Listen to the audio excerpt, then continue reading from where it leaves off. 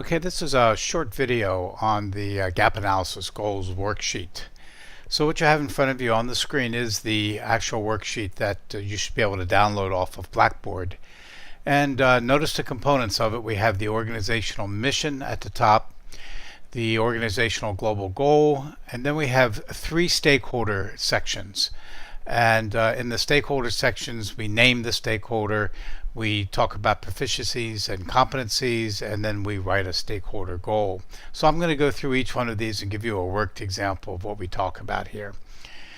The organizational mission you can derive directly from your problem paragraph, which you wrote and have approved previously by me, and we actually put the mission in that problem paragraph. So that's what goes into the organizational mission. Now, the organizational global goal is actually derived from the problem that you indicated in your problem paragraph.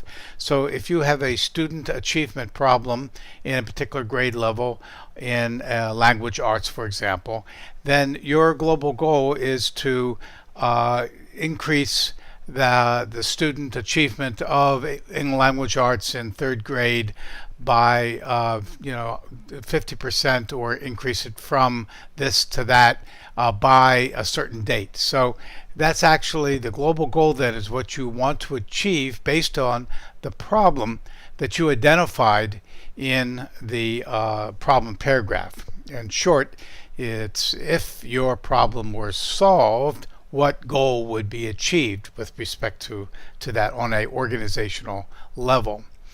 And then we have the stakeholders. Who are the main stakeholders? And we choose only three. Who are the main stakeholders that have the most impact on achieving that global goal? And in our example of student achievement in language arts, obviously it would be teachers, students, and administration would probably be the main three. Sometimes if it's a problem that involves parents, then you may substitute one out. But we're only taking the main or primary three that have the most impact. Notice that the stakeholder one is highlighted. That's the one that you are going to choose. You're selecting that stakeholder for your stakeholder focus for the gap analysis paper. So you put the name of the stakeholders where they belong there in the cells. And let's talk a little bit about proficiencies and competencies. When you look at the organizational global goal that you've derived from your problem that you've identified in your problem paragraph, when you look at the stakeholder of that, you ask yourself, well, what knowledge and skills and attitude does that stakeholder need to demonstrate to be able to achieve their portion of the global goal or the organizational goal? So if it's the global goal is to have all students at the third grade be reading at grade level by a certain date, then your stakeholder is teachers. Then the question is, what do they need to be able to demonstrate that the knowledge and skills and attitude that they actually can do to contribute to that? Well, it's pretty obvious is that teachers need to be able to have the knowledge and skills to teach third grade level reading or language arts, whatever our goal was. And they have to have the attitude that those learners can learn, and they have to have the skills to be able to teach them with appropriate pedagogy for those students to be able to achieve. So we have these competencies of knowledge and skills and attitudes, if you will, that they need to have in order for them to be able to achieve their portion of the global goal.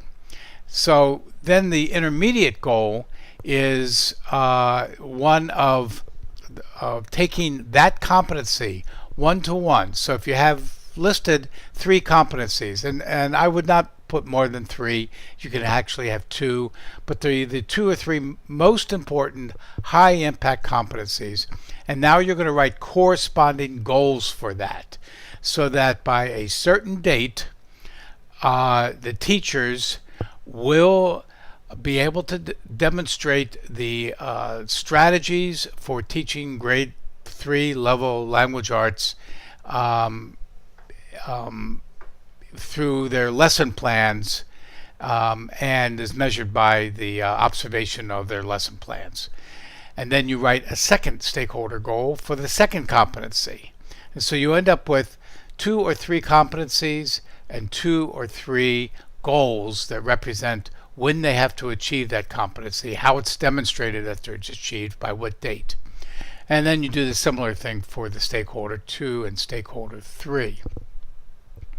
Okay, so that's in general what we are doing here with the goals worksheet. So let me give you a job aid here that you should be able to download. Let me increase the size. So you should have this job aid for identifying goals in the gap analysis in either your gap analysis folder or it's in your goals folder on Blackboard. And so notice the steps here as we're going to walk through the steps to do exactly what I just walked through on the blank. Okay, so your first step then is to review the brief statement of your problem.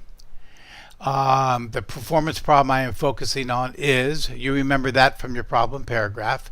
And often I suggest that you write it down at the top of the goals worksheet. I think I suggested that you actually insert your problem paragraph at the top of the goals worksheet.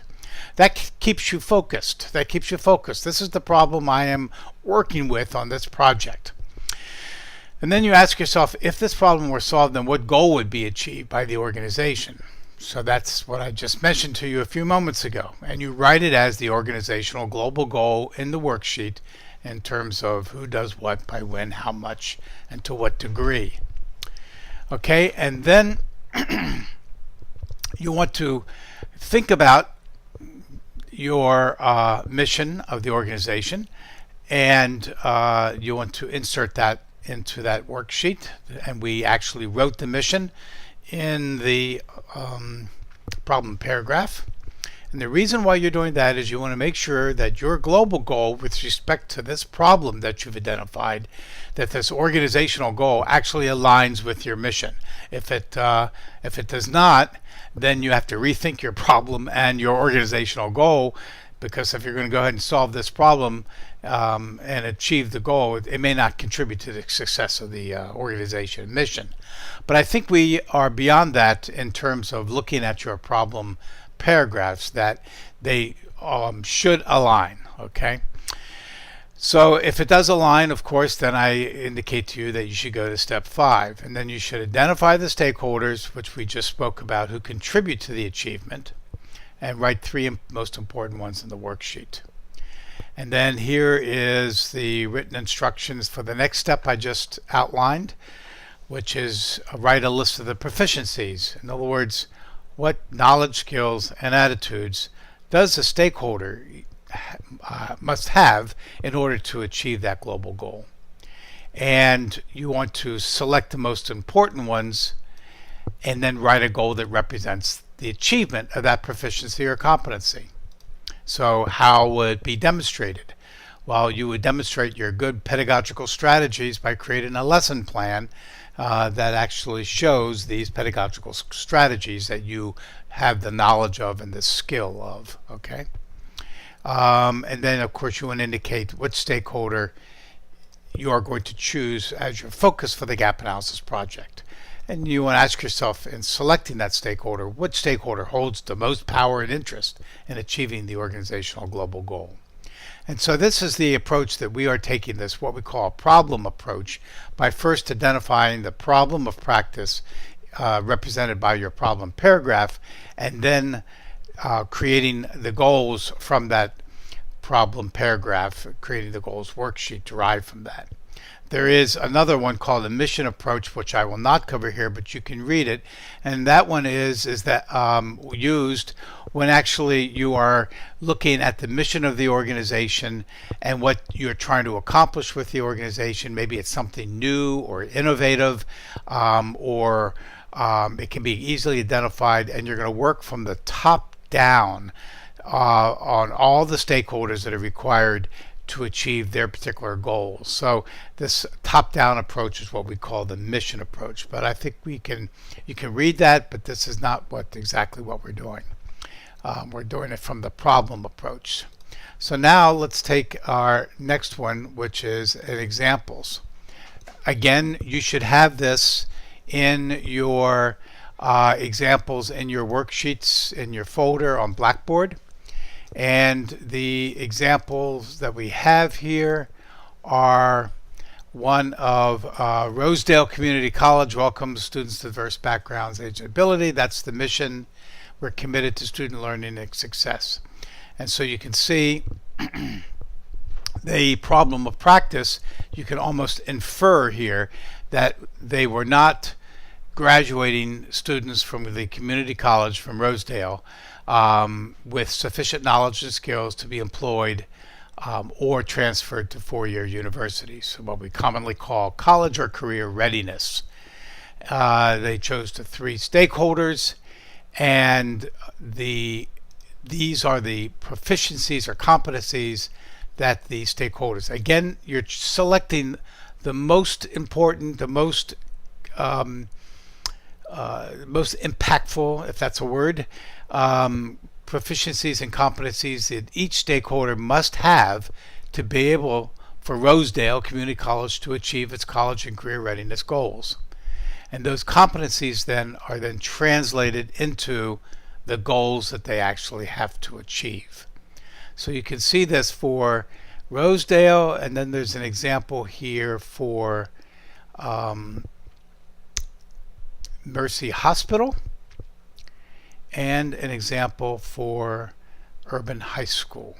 Okay, so these three examples, which you should be able to download, all demonstrate the important ideas here of stating a global goal that is representative of your problem that you identified in the problem of practice, and then identifying the knowledge and skills and attitudes, the proficiencies and competencies for each stakeholder that they have to have in order for them to contribute to that organizational goal, and then writing goals that accompany each one of those proficiencies or competencies as something they actually have to demonstrate or complete by a certain date and by a certain standard. And if they do that, they complete or achieve their intermediate goals, then all things being equal, if all stakeholders complete those goals, then the organization should reach and achieve its organizational global goal that solves then that problem that you identified in the problem paragraph. So that is the assignment in short, and so hopefully this helps you complete the rest of the assignment.